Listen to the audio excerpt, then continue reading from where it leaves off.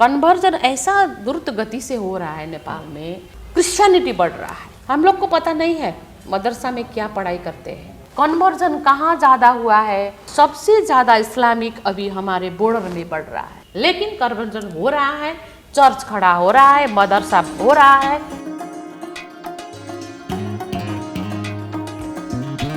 नमस्ते, मैं विक्रम गोस्वामी। भारत एक खोज के आज के इस एपिसोड में आप सभी का स्वागत है। आज हमारे साथ मौजूद हैं एक ऐसी शख्सियत जो केवल भारत ही नहीं बल्कि पूरे विश्व में बहुचर्चित हैं। विश्व हिंदू महासंघ की अंतर्राष्ट्रीय अध्यक्षा श्रीमती अस्मिता भंडारी जी। अस्मिता जी, बहुत बहुत स्वागत है आपका। धन्यवाद। अस्मिता जी, अगर ये जो हम बात करते हैं विश्व हिंदू महासंघ, इस संगठन का उद्देश्य क्या है, कब इसका निर्माण किया गया, किन आधारों पर, किन वजहों से इसका निर्माण हुआ? अभी इसका नाम ही है विश्व हिंदू महासंघ, है ना। तो विश्व के हिंदुओं को इकट्ठा करने के लिए ये विश्व हिंदू महासंघ का स्थापना हुआ है। अब नेपाल के संवत विक्रम संवत के अनुसार 2037 साल ईस्वी संवत 1981 में इसका एक बड़ा सम्मेलन हुआ था। नेपाल में हिंदुओं का सम्मेलन हुआ था।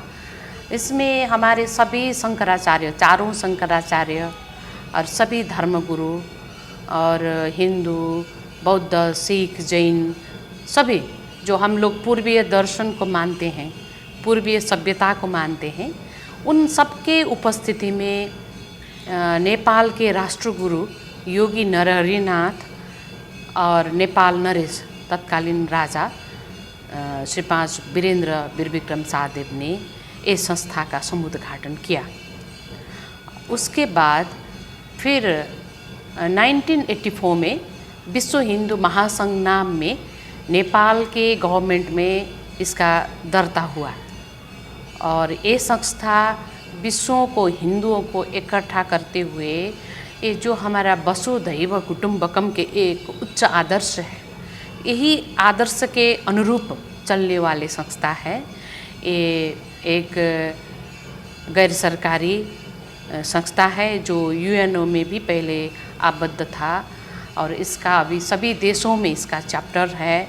करीब करीब बहुत देशों में इसका चैप्टर है। कितने देशों में अभी ये संगठन काम कर रहा है? अभी तो हम लोग 20-22 देशों में हैं। पहले 44 देश में थे। जब नेपाल धर्मनिरपेक्ष हो गए, सेकुलर स्टेट हो गए, उसके बाद थोड़ा सा हमारा चैप्टरों में भी थोड़ा सा सुस्तता आ गया। तो अभी फिर ये बढ़ने लगे हैं, फिर जागरूक होने लगे हैं। अभी 22 देशों में संगठन है।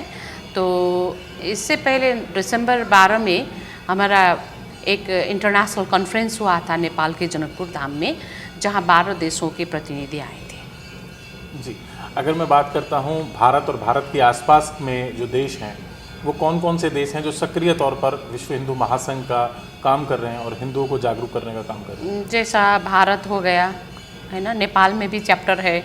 हम लोग नेपाल में होने के नाते से वर्ल्ड हिंदू फेडरेशन का जो केंद्रीय कार्यालय है वो नेपाल में है और उसका चैप्टर भी नेपाल चैप्टर भी है, जैसा भारत चैप्टर है।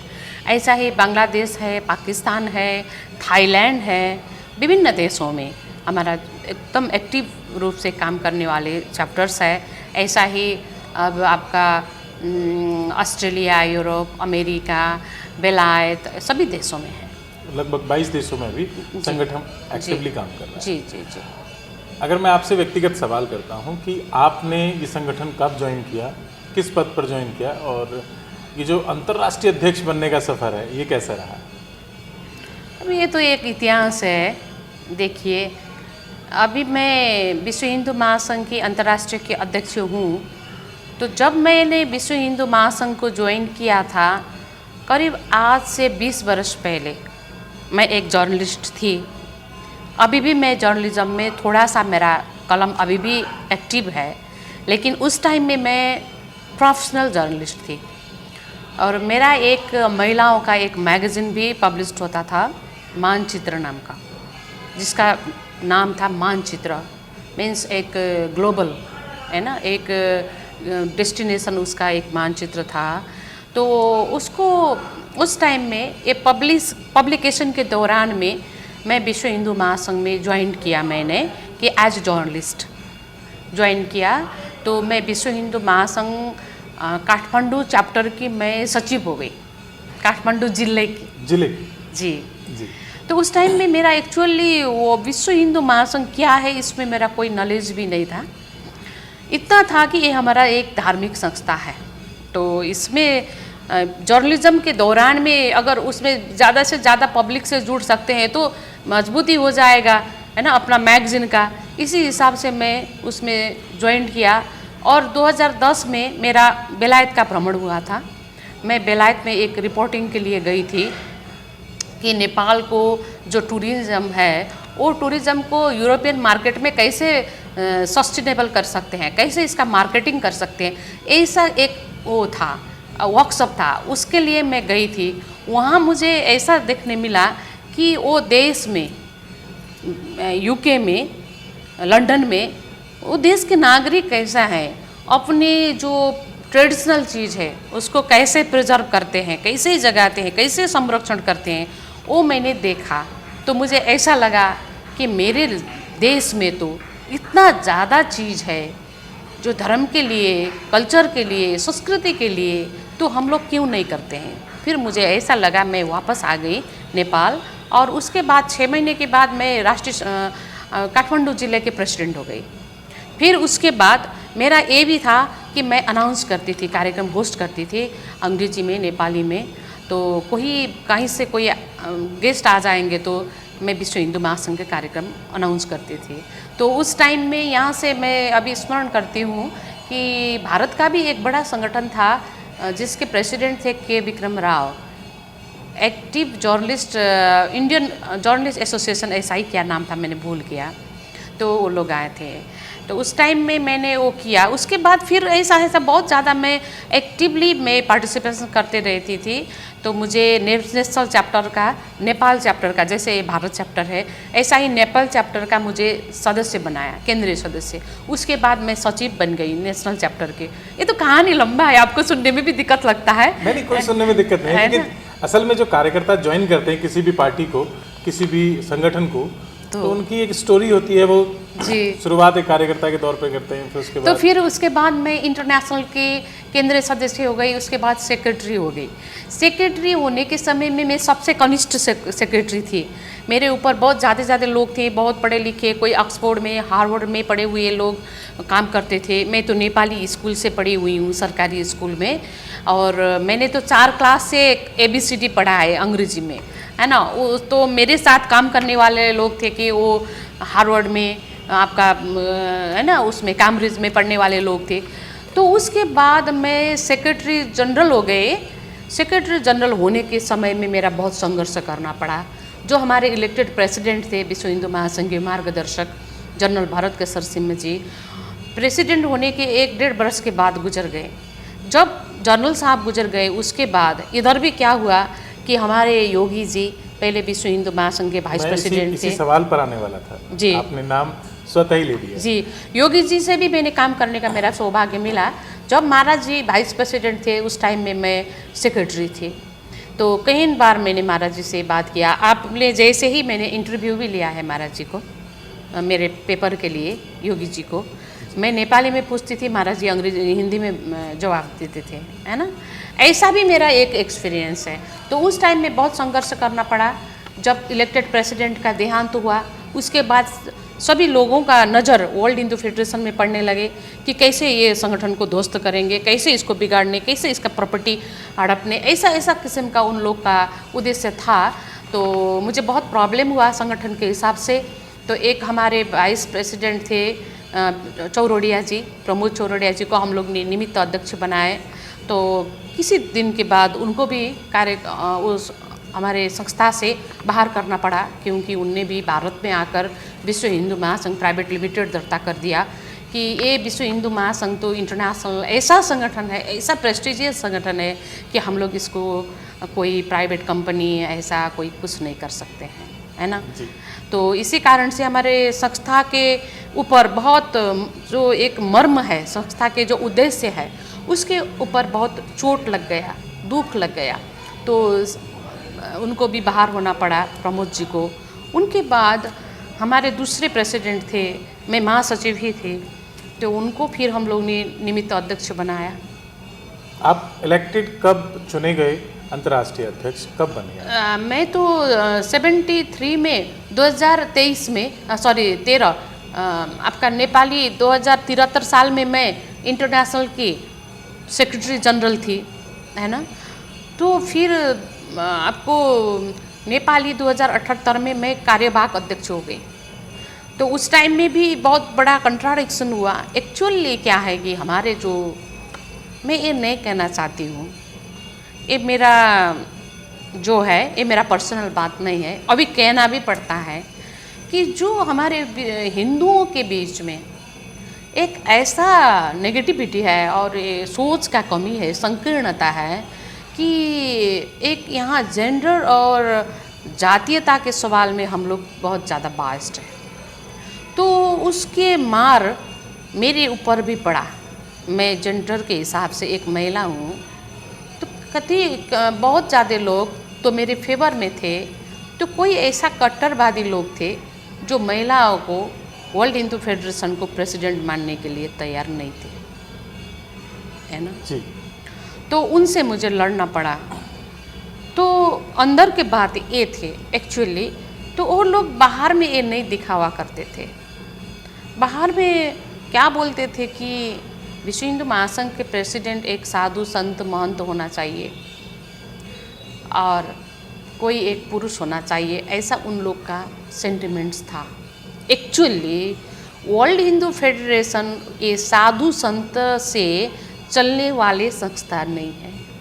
ये क्या है कि एक नेपाल देश के में इसका केंद्रीय ऑफिस होकर हिंदुओं के सवाल में एक थिंक टैंक के रूप में ये ऑर्गेनाइजेशन खड़ा हुआ है, एक थिंक टैंक के रूप में जी, है ना।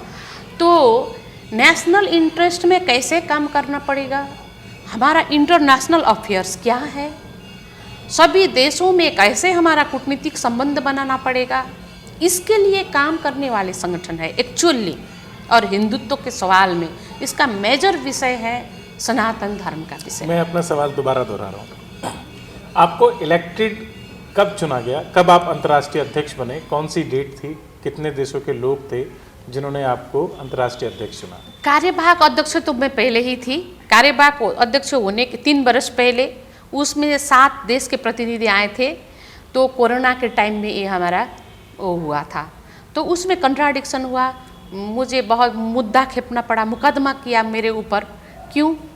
कोई रीज़न नहीं था एक्चुअली, रीज़न वही था जो मैंने बताया, जो आपने बताया। तो अब फिर इसके बाद कोर्ट ने मुझे ऐसा डिसीजन दिया कि विश्व हिंदू महासंघ के कार्यवाहक अध्यक्ष अस्मिता भंडारी ही है और इंटरनेशनल का जो प्रेसिडेंट का इलेक्शन करवाने का जिम्मेदारी उन्हीं का है, फर्ज उन्हीं का है, तो वही सिर्फ कर सकती है। तो मुझे एक ऐसा, एक नहीं 6 फैसला ऐसा हुआ कि आप अंतर्राष्ट्रीय के कार्यवाहक अध्यक्ष मनोनीत होने के नाते से अब आप 11 इंटरनेशनल कॉन्फ्रेंस करके 10वां महासभा हुआ था, अब 11वां महासम्मेलन करके आप इसको सेफ लैंडिंग करिए। तो मुझे ये आदेश था अदालत का, सम्मानित अदालत का, कोर्ट का। इसी कारण मैंने ये 2024 दिसंबर 12 से लेकर 13-14 ये हमारे अभी नेपाल में हुआ है, वही महासम्मेलन 11वां महासम्मेलन और महासभा ने मुझे सर्वसम्मति से प्रेसिडेंट बनाया है, अंतर्राष्ट्रीय अध्यक्ष बनाया है। हमारे विश्व हिंदू महासंघ में सिर्फ अंतर्राष्ट्रीय अध्यक्ष का ही इलेक्शन होता है और पोस्ट में इलेक्शन नहीं होता है। हाँ। वो आप अपने हिसाब से चयन करते हैं, अपने जी, हिसाब मनोनीत करना पड़ता है, मनोनीत किए जाते हैं जी। तो कितनी कंट्रियां थीं उस दौरान जब आपको? 12 कंट्री थे। 12 कंट्री उस दौरान थी जी। अगर मैं बात करता हूँ अभी वर्तमान में नेपाल के कौन अध्यक्ष हैं जो नेपाल चैप्टर को देखें? अभी हमारे हैं सुप्रीम कोर्ट के फॉर्मर जज है राजेंद्र कुमार भंडारी जी, जो अभी नेपाल चैप्टर के प्रेसिडेंट है। जैसे हमारे महंत सुरेंद्र नाथ जी महाराज भारत चैप्टर के हैं, ऐसे ही। जी, आपके नेतृत्व में कोई ऐसा विशेष काम जो पिछले 3 वर्ष पहले भी आप अंतर्राष्ट्रीय अध्यक्ष थे, जो आपने विश्व हिंदू महासंघ के बैनर तले किया, हिंदू हितों के लिए, हिंदुओं की आवाज़ उठाने के लिए, कोई ऐसा एक महत्वपूर्ण कोई काम है? नहीं, हम लोग को तो ऐसा लगता है कि नेपाल में सभी हिंदू संगठन जो है भारत के जैसे ही है, वहाँ भी एक ही सिमिलर है हमारा प्रॉब्लम्स। वो लोग बहुत संगठन में बांटे हुए हैं, इकट्ठा नहीं थे पहले, अभी होने प्रयास हो रहा है। उस टाइम में कोरोना के टाइम में हमारे देश के सेंसस हुआ, सेंसस जनगणना हुआ। जनगणना के टाइम में हम लोग को बहुत ज़्यादा कम लोगों को पता था, कम संगठन को पता था कि हिंदुओं का संख्या घटा रहा है सरकारी तथ्यांक से। उस टाइम में हम लोग ने कि नेपाल सरकार ने प्रतिबंध किया था कि हम 5-6 लोग से ज़्यादा इकट्ठा नहीं हो सकते थे। उस टाइम में कोरोना के टाइम में मैं महासचिव थी उस टाइम में, सबको विश्व हिंदू महासंघ में बुलाकर ऐसा ही 4-5 लोग बैठकर कि अभी ये सेंसस होने लगा है, इसमें ये लिखा है कि हमारा हिंदुओं को संख्या घटाने का क्वेश्चन डेवलप किया था, जिसमें हिंदू, बौद्ध, सिख, जैन और प्रकृति अन्य ऐसा लिखा था। और वहाँ एक ऐसा चला था कि प्रत्येक संगठन के, जैसा कृष्ण प्रणामी है तो कृष्ण प्रणामी धर्म लिखने का, सनातन धर्म समिति है तो सनातन धर्म लिखने का, और कोई मष्टो पूजा करते हैं तो अपना कुल देवता का नाम लिखने का, ऐसा ट्रेडिशन चलाया था कि पॉलिटिकल पार्टीज ने हिंदुओं का विभाजन किया जा सके, विभाजन करने के लिए। तो इसमें हम लोग ने सबसे बड़ा अवेयरनेस का काम किया और नेपाल सरकार से, तथ्यांक विभाग से, योजना आयोग से, प्राइम मिनिस्टर से इसमें लड़कर, उनको भी बुलाकर वहाँ जाकर इंटरेक्शन करके हम लोग ने इसमें काम किया। सभी हिंदू संगठन को जागरूक कराकर हम लोग ने इसमें काम किया, तो परिणाम भी अच्छा ही आया। इसमें मैं गर्व करना चाहती हूँ कि उस टाइम में इतना चैलेंजेस था, फिर भी हम लोग ने वो किया। उसके लिए हम लोग को ऐसा करना पड़ा। देखिए नेपाल में ऐसा है, यहाँ भी हो सकता है, वहाँ मुस्लिम आयोग है, जाति और आपका सभी आयोग है ना, लेकिन महिला आयोग है, सब आयोग है, कोई धार्मिक संगठन का, आपका बुद्धिस्ट का वो संगठन है, सब है, लेकिन हिंदुओं के लिए वहाँ ऐसा कुछ नहीं है। एक संस्कृति मंत्रालय है, वो मंत्रालय क्या दिखता है वो भी अच्छा से काम नहीं करता है, क्योंकि हिंदू संगठन के ऊपर उनके लिए कोई फंडिंग ही नहीं है।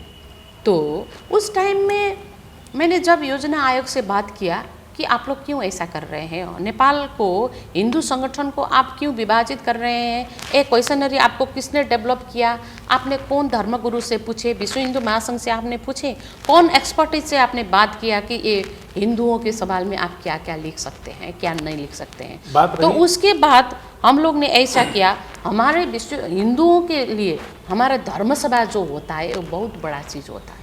धर्मसभा कोई भी समस्या के लिए समाधान दे सकते हैं। इसी कारण उस टाइम में विश्व हिंदू महासंघ के आह्वान में भारत से लेकर नेपाल तक, नेपाल से लेकर भारत तक सभी धर्मगुरु को हम लोग ने इकट्ठा करवाया र वो धर्मसभा से हम लोग ने एक मैंडेट नेपाल सरकार को दिया कि आप लोग ऐसा कर सकते। नेपाल सरकार हिंदुओं को तोड़ने के लिए ये नहीं कर पाएगा, इसमें हमारा धर्मसभा का ये मैंडेट है। ऐसा लिखकर हम लोग ने उसको दिया, प्रचार किया, मीडिया में दिया, ऐसा ही इंटरव्यू सारे चीज़ किया। उसके बाद उनको प्रेशर हुआ और हमारे हिंदुओं को, संगठन को कटाने के लिए उनको ताकत नहीं हुआ। ऐसा काम किया हम लोगों ने। एक दूसरा विश्व, ये तो सभी हिंदुओं के लिए, देश के लिए है। दूसरा क्या हुआ कि विश्व हिंदू महासंघ के जो प्रॉपर्टी नेपाल सरकार ने हड़पने लगे थे, नेपाल सरकार के जो काठमांडू महानगर पालिका ने, जैसे कि प्रॉपर्टीज़ क्या है, हमारे लैंड है ना, जो लैंड है वो खाली थे, वो लैंड को नेपाल सरकार जो है काठमांडू महानगर पालिका, इससे पहले के जो मेयर थे उनने हमारा करीब वहाँ आपका 10, बहुत ज़्यादा ही है, मुझे लगता है 50-60 करोड़ का प्रॉपर्टी है। वो प्रॉपर्टी 50-60 करोड़ में भी नहीं आएगा, वो नेपाल सरकार ने विश्व हिंदू महासंघ के लिए दिए हैं पहले ही, ये हमारा है। तो उनने वो हड़पने का कोशिश किया और मैंने उसको फाइट किया, हम लोग विश्व हिंदू महासंघ मिलकर, और उसको वापस ले आया, है ना। तो ये तो सभी हिंदुओं के लिए है ना जी, है ना। एक काम हमारे उसमें हुआ था। दूसरा सभी हिंदुओं को एकजुट करने के लिए जहाँ जहाँ हिंदू के लिए सवाल उठते हैं वहाँ हम लोग एक वॉचडॉग के रूप में काम करते हैं। अगर विश्व हिंदू महासंघ भारत की बात करते हैं और विश्व हिंदू महासंघ को भारत से जोड़कर देखते हैं तो गोरखपीठ की बात हमेशा उठती है। जी जी। तो गोरखपीठ जो गुरु गोरखनाथ जी का स्थान है जी। आज वहाँ के श्री महंत उत्तर प्रदेश के मुख्यमंत्री के तौर पर काम देख रहे हैं। जी। तो इस पीठ का और विश्व हिंदू महासंघ का क्या आपसी तालमेल है, क्या संबंध है इन दोनों के बीच में? नहीं, इसमें हमारा बहुत पुराना संबंध है। जो विश्व हिंदू महासंघ के स्थापना काल से ही गुरु अवैधनाथ जी महाराज तत्कालीन महंत जी के समय से ही हमारा एक संबंध है। उससे पुराना संबंध तो गुरु गोरखनाथ के आशीर्वाद से हमारे बड़ा महाराज धीराज पृथ्वीनारायण शाह जो अभी नेपाल के राजा के दादा गुरुजी के बहुत उनके पूर्वज हैं, उनने गुरु गोरखनाथ के आशीर्वाद से नेपाल देश का निर्माण किए हैं, है ना जी। तो राज संस्था से भी गोरखनाथ मठ का एक संबंध है और हम लोग राज संस्था को एक अभिभावक संस्था के रूप में मानते हैं। विश्व हिंदू महासंघ के जो स्थापना करने हैं हमारे तत्कालीन राजा वीरेंद्र, है ना, वो हमारे संस्थापक है। अवैधनाथ जी महाराज भी अवैधनाथ जी महाराज भी विश्व हिंदू महासंघ के एक संस्थापक है, पहले मार्गदर्शक हैं। अभी योगी आदित्यनाथ जी महाराज जब चीफ मिनिस्टर हुए हैं उसके बाद महाराज जी अभी मार्गदर्शक है। हमारा एक अनुन्याश्रित संबंध है, एक जो है ना बहुत ही प्रगाढ़ संबंध है विश्व हिंदू महासंघ और गोरखपीठ का। जी जी जी। अगर मैं बात करता हूं कि एक महिला होने के नाते आप संगठन का काम देख रहे हैं, अंतर्राष्ट्रीय अध्यक्षा हैं अभी आप, किन किन चुनौतियों का आपको सामना करना पड़ता है? क्योंकि व्यक्तिगत तौर पर आपको कौन कौन सी समस्याएं, क्योंकि अभी आपने जो बताया कि बहुत सारी समस्याएं आपने देखी हैं। नहीं, ऐसा है, मैं पर्सनली अगर आप पूछते हैं तो मैं कभी भी मैंने अपने को महिला नहीं समझती थी। मुझे लगता था मैं महिला और पुरुष के बारे में मुझे कुछ अंतर नहीं था। मेरा ब्रॉट अप, मेरा स्कूलिंग, है ना, मेरा फैमिली का जो स्ट्रक्चर और मैंने जो परिवार से जो मैंने संस्कार पाया है वो कभी भी एक बेटी के तरह नहीं, एक बेटा के तरह पाई, है ना। मेरा जो ब्रॉटअप हुआ, स्कूलिंग हुआ, मैं परिवार में भी मेरा भाई है, सब उनके मैं अभिभावक थी, तो कभी भी मुझे ऐसा नहीं लगा एक मैं लेडी हूँ, महिला हूँ तो मैं चल रही हूँ। तो मुझे अभी अभी एहसास हुआ है कि एक्चुअली मैं महिला हूँ। जब मैं लीडरशिप में आ गई तो मुझे ऐसा सामना करना पड़ा कि समाज के जो दृष्टिकोण है वो दृष्टिकोण के ऊपर मैं पहले बोलती थी, लिखती थी, है ना, ऐसा कार्यक्रम मैं प्रोडक्ट करती थी, तो मैं दुनिया को अवेयर करती थी। उस टाइम में मुझे ऐसा कभी नहीं लगा महिला का इतना चुनौती है। तो जब मैं प्रेसिडेंट हो गई और ऐसे संस्था में मैं प्रेसिडेंट हो गई कि ये धर्म का जो बात करते हैं हम लोग, जो संस्कार के बात करते हैं, संस्कृति के बात करते हैं, इसमें काम करने में बहुत ही चुनौतियां हैं, साथ साथ अवसर भी है। हम लोग बोलते हैं कि यत्र नारस्यु पूज्यन्ते रमन्ते तत्र देवता। जहाँ नारी का सम्मान होता है वहाँ ईश्वर भी खुश होता है। लेकिन ये नैरेटिव तो बहुत सुंदर है, लेकिन ऐसा हमारे जो सोसाइटी है, मुझे लगता है कि ये भारतवर्ष के सोसाइटी में ये शायद स्लोगन में ही सीमित है। तो अभी मैं जहाँ से प्रताड़ित हूँ, महिला होने के कारण से ही प्रताड़ित हूँ, जहाँ से मैं सम्मानित हूँ, महिला होने के कारण से ही सम्मानित हूँ। तो मुझे गर्व लगता है कि मैं एक महिला हूँ, है ना। इसमें चुनौतियाँ तो बहुत ज़्यादा है, लेकिन वही चुनौती सामना महिला सिर्फ कर सकती है। उस चुनौती को सामना करने का हम लोग से जो एक सामर्थ्य होता है अंदर से, वो सामर्थ्य मुझे लगता है शायद दूसरे के नहीं होता है ना। इतना ही कहना चाहती हूँ। और दूसरा तो देखिए, चुनौती तो हर स्टेप में चुनौती है, हर जगह में चुनौती है, हर प्रोफेशन में चुनौती है, लेकिन ये क्षेत्र में ज़्यादा संवेदनशीलता है। अभी भी हमारे दो टाइप का मैंने लोग देखे हैं। एक पढ़े लिखे हुए जो अपने कल्चर को विदाउट एनी हेजिटेशन वो मनाते हैं, सेलिब्रेट करते हैं, इसमें खुश रहते हैं। और एक ऐसा जनरेशन है जो पूजा पाठ ऐसा ऐसा करने को धर्म समझते हैं। लेकिन हमारे संस्कृति, हमारे धर्म, वो पूजा पाठ रिलीजियस सिर्फ नहीं है। जो आप अपने काम कर रहे हैं, आप जर्नलिस्ट हैं, आप अच्छा से जर्नलिज्म करते हैं, तो जर्नलिज्म के हिसाब से समाज को जगाते, तो यही है आपका धर्म, है ना। तो हम लोग जहाँ है वहाँ ईमानदारिता के साथ काम करना पड़ता है। मैं ये मानती हूँ कि यही हमारा धर्म है। अगर संस्था को ऊपर कुछ नुकसान हो रहा है, मानव के ऊपर कुछ नुकसान हो रहा है, जाति के नाम में, संस्कृति के नाम में, भूगोल के नाम में हम लोग बांट रहे हैं, इकट्ठा नहीं है, तो ये अच्छा नहीं है। इसके लिए काम करना पड़ता है। तो मैं सभी मातृशक्ति को एक कहना चाहती हूँ कि हम लोग मातृशक्ति हैं। हमारे ऊपर जो एक इंटरनल जो शक्ति है, सामर्थ्य है, वो सामर्थ्य शायद महिला में सीमित है। महिला में सीमित है, उसके अलावा शायद पुरुषों के पास वो सामर्थ्य नहीं। मैं एक फेमिनिस्ट तो नहीं हूँ, है ना, फिर भी मैं महिला के सवाल में, कुछ सवाल में मैं स्ट्रांगली भी मेरा जो वॉइस है वो भी रेज करना चाहती हूँ। और किसी भी सिस्टर्स, माता जी और कोई भी हमारे जितने भी साथी लोग, महिला लोग हैं, मैं उनको ये नहीं कहना चाहती हूँ कि आप सिर्फ सेकंड मैन होकर किसी को पैर दबाकर, किसी को वो करके बैठने का आपका वो रोल नहीं है। आप दुनिया को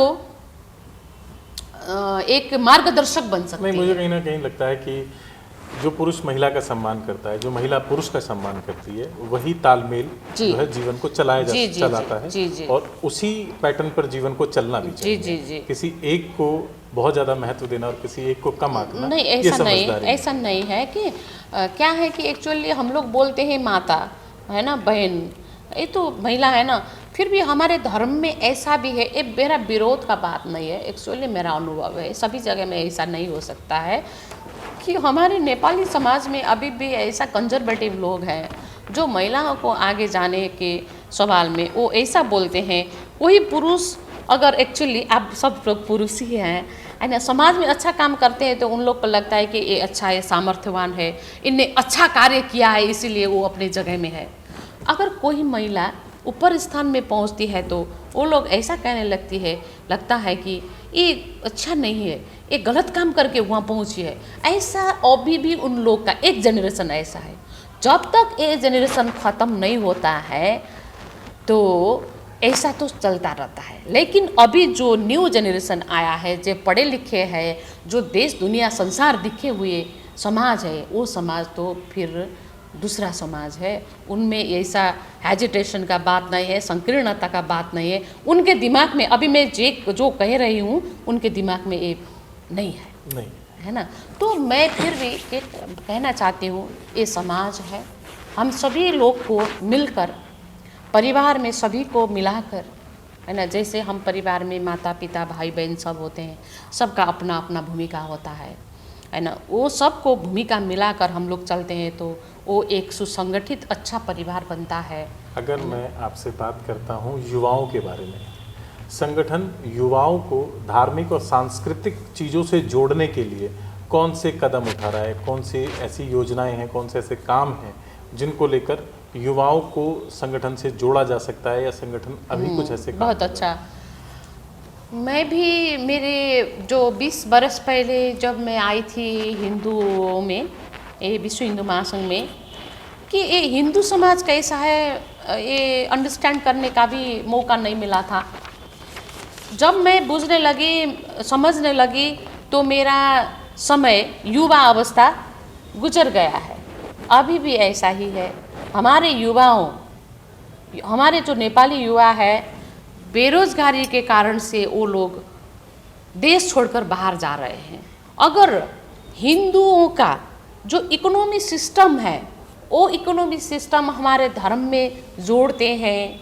हिंदुओं सनातनों में जो सनातन संस्कृति में हम लोग हैं उसको हम लोग इकोनॉमी से जोड़ सकते हैं। तो विश्व में केवल एक ही देश ऐसा था जिसे हिंदू राष्ट्र कहा जा सकता था, नेपाल, और नेपाल अब हिंदू राष्ट्र नहीं है।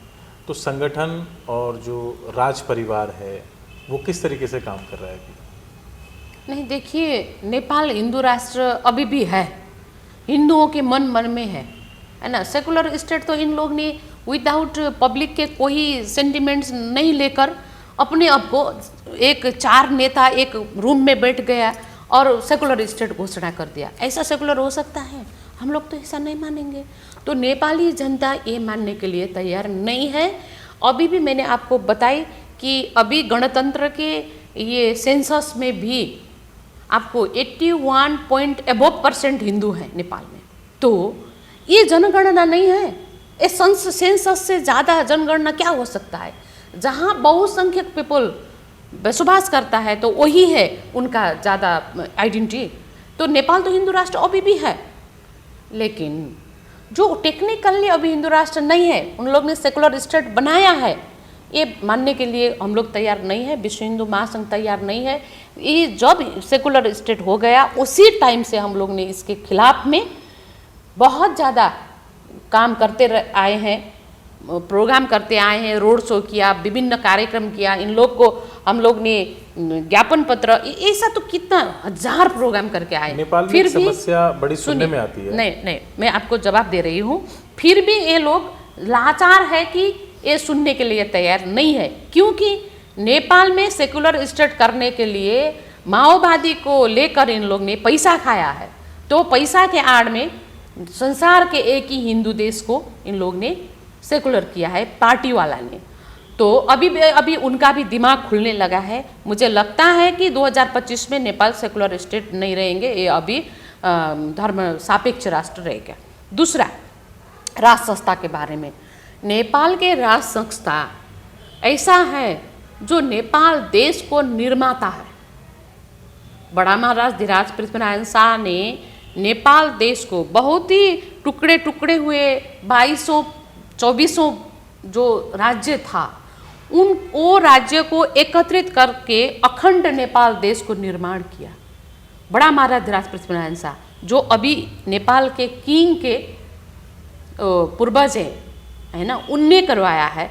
तो नेपाल के राजा वही राष्ट्र निर्माता के एक संतान है। तो अभी नेपाल में टेक्निकली राज संस्था नहीं है। तो ये क्यों नहीं है कि जो नेपाल में 10 बरस तक सशस्त्र द्वंद्व हुआ माओवादी के नाम में, उसको फायदा लेने के लिए बहुत ज़्यादा विदेशी लोग ने वहाँ खेल मैदान बनाया नेपाल को। और नेपाल के जो लोकप्रिय राज संस्था था नेपाल नरेश, जिसने विश्व हिंदू महासंघ को स्थापना किया, उनके सब परिवार को ख़त्म कर दिया और उनका सभी इल्ज़ाम, उनका सभी दोष अभी जो नेपाल नरेश है उनके परिवार को लगाया। ये सब ग्रैंड डिजाइन था। ये ग्रैंड डिजाइन किसी को ओपन नहीं हो पाया। तो इसके कारण से कई समय तक नेपाली जनता भ्रम में थे। अभी सबके भ्रम खुल गया है। वो लोग नेपाल में अभी हिंदू राष्ट्र और राज संस्था चाहते हैं।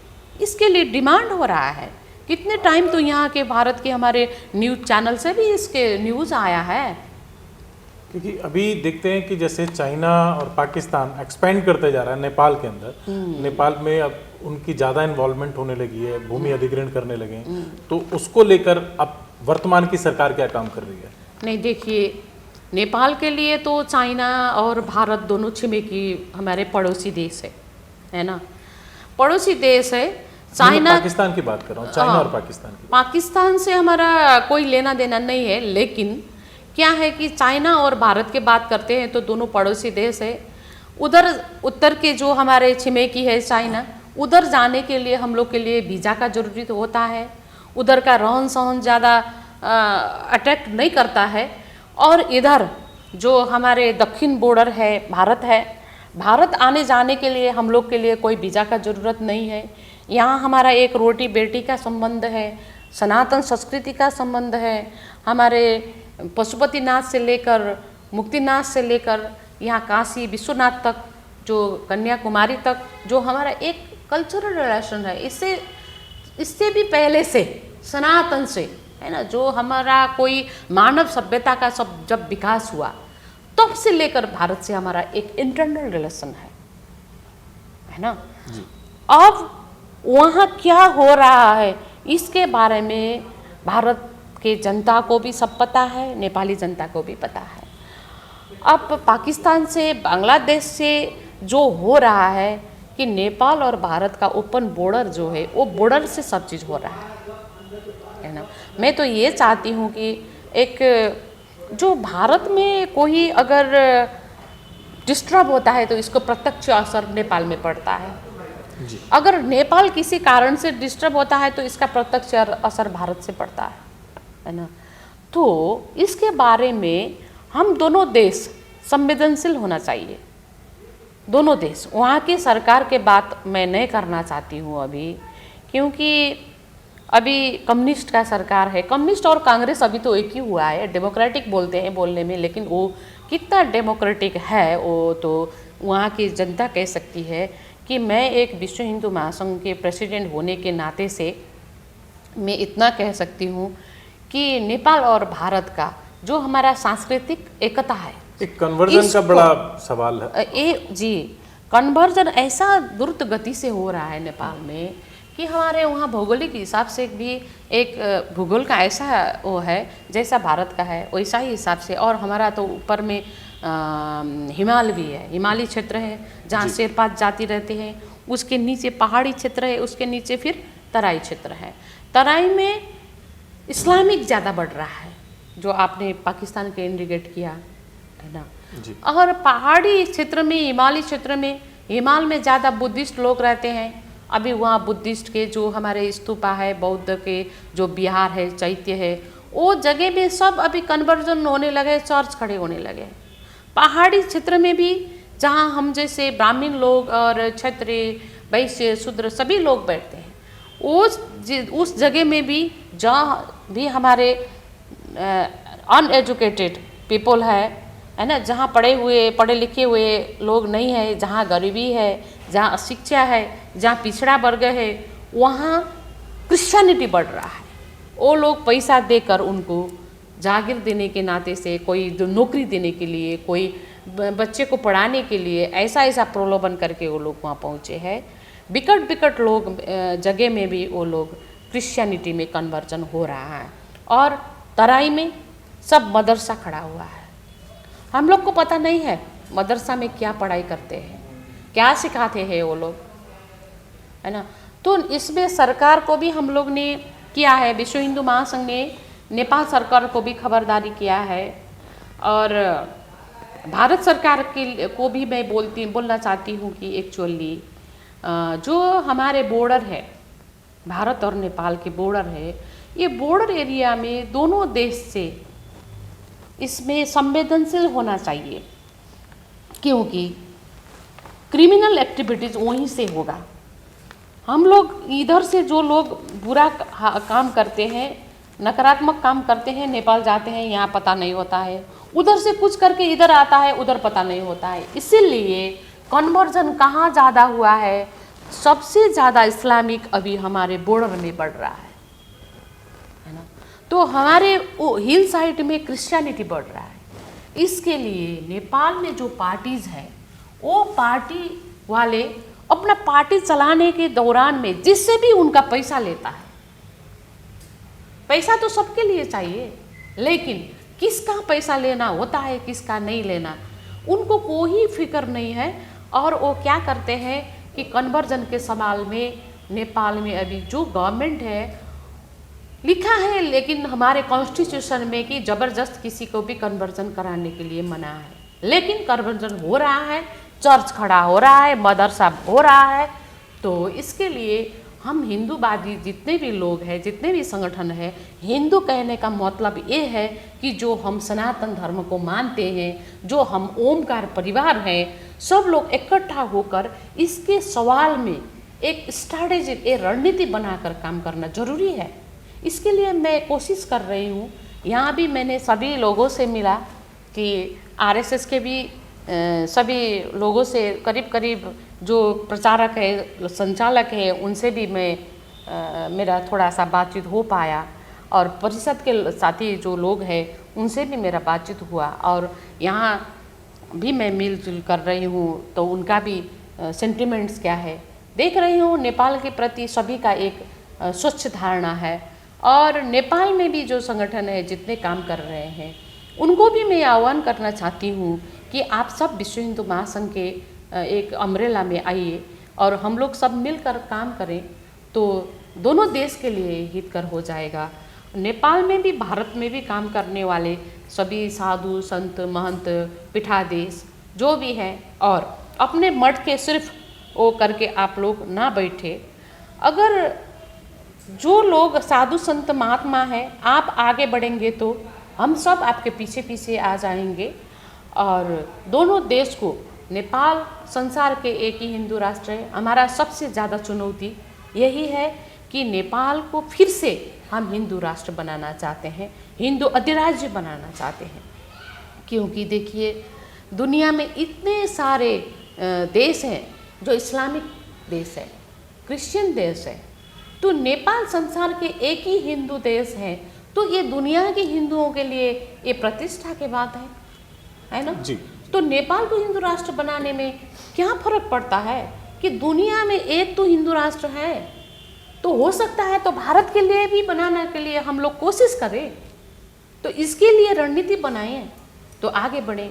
तो मेरा यही कहना है और मैं सभी हिंदू जो भी दुनिया में हुए संसार में विभिन्न देशों में जहाँ जहाँ रहे हुए सभी भाई बहन हैं सबको मैं यही कहना चाहती हूँ कि आप सभी अपना देश में जो है अपने धर्म संस्कृति संस्कार इस सब को बचा कर रखें और अपने धर्म के लिए एकजुट होकर काम करें ताकि बांग्लादेश के जैसा ही हालत जो हुआ है ये ऐसा बुरा हालत फिर किसी को भी ना हो, इसके लिए मैं कामना करती हूँ।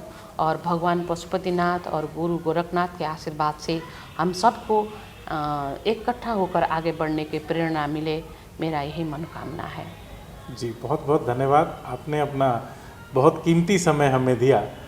ये थी श्रीमती अस्मिता भंडारी जी जो कि अंतर्राष्ट्रीय अध्यक्षा हैं विश्व हिंदू महासंघ की। इन्होंने बताया हमें कैसे विश्व हिंदू महासंघ काम कर रहा है और केवल भारत और नेपाल में ही नहीं बल्कि 22 देशों में अभी विश्व हिंदू महासंघ काम कर रहा है। अगली मुलाकात किसी और शख्सियत के साथ, तब तक के लिए प्रणाम। जस्तो अहिले बांग्लादेशमा हिन्दूहरूको हालत भयो त्यस्तै भोलि नेपालमा पनि यही हिसाबले धर्मान्तरण बढेर जाने हो भने यस्तो हालत हुँदैन भन्न सकिँदैन।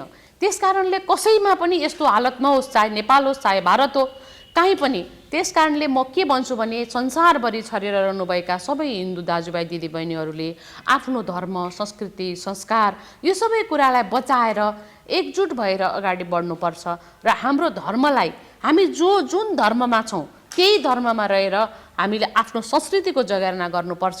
यो कुराको लागि हामीलाई भगवान पशुपतिनाथ गुरु गोरखनाथको आशीर्वाद मिलोस् यति भन्दै म यहाँहरूलाई धेरै धेरै चाहिँ धन्यवाद दिन चाहन्छु। नमस्कार, धन्यवाद।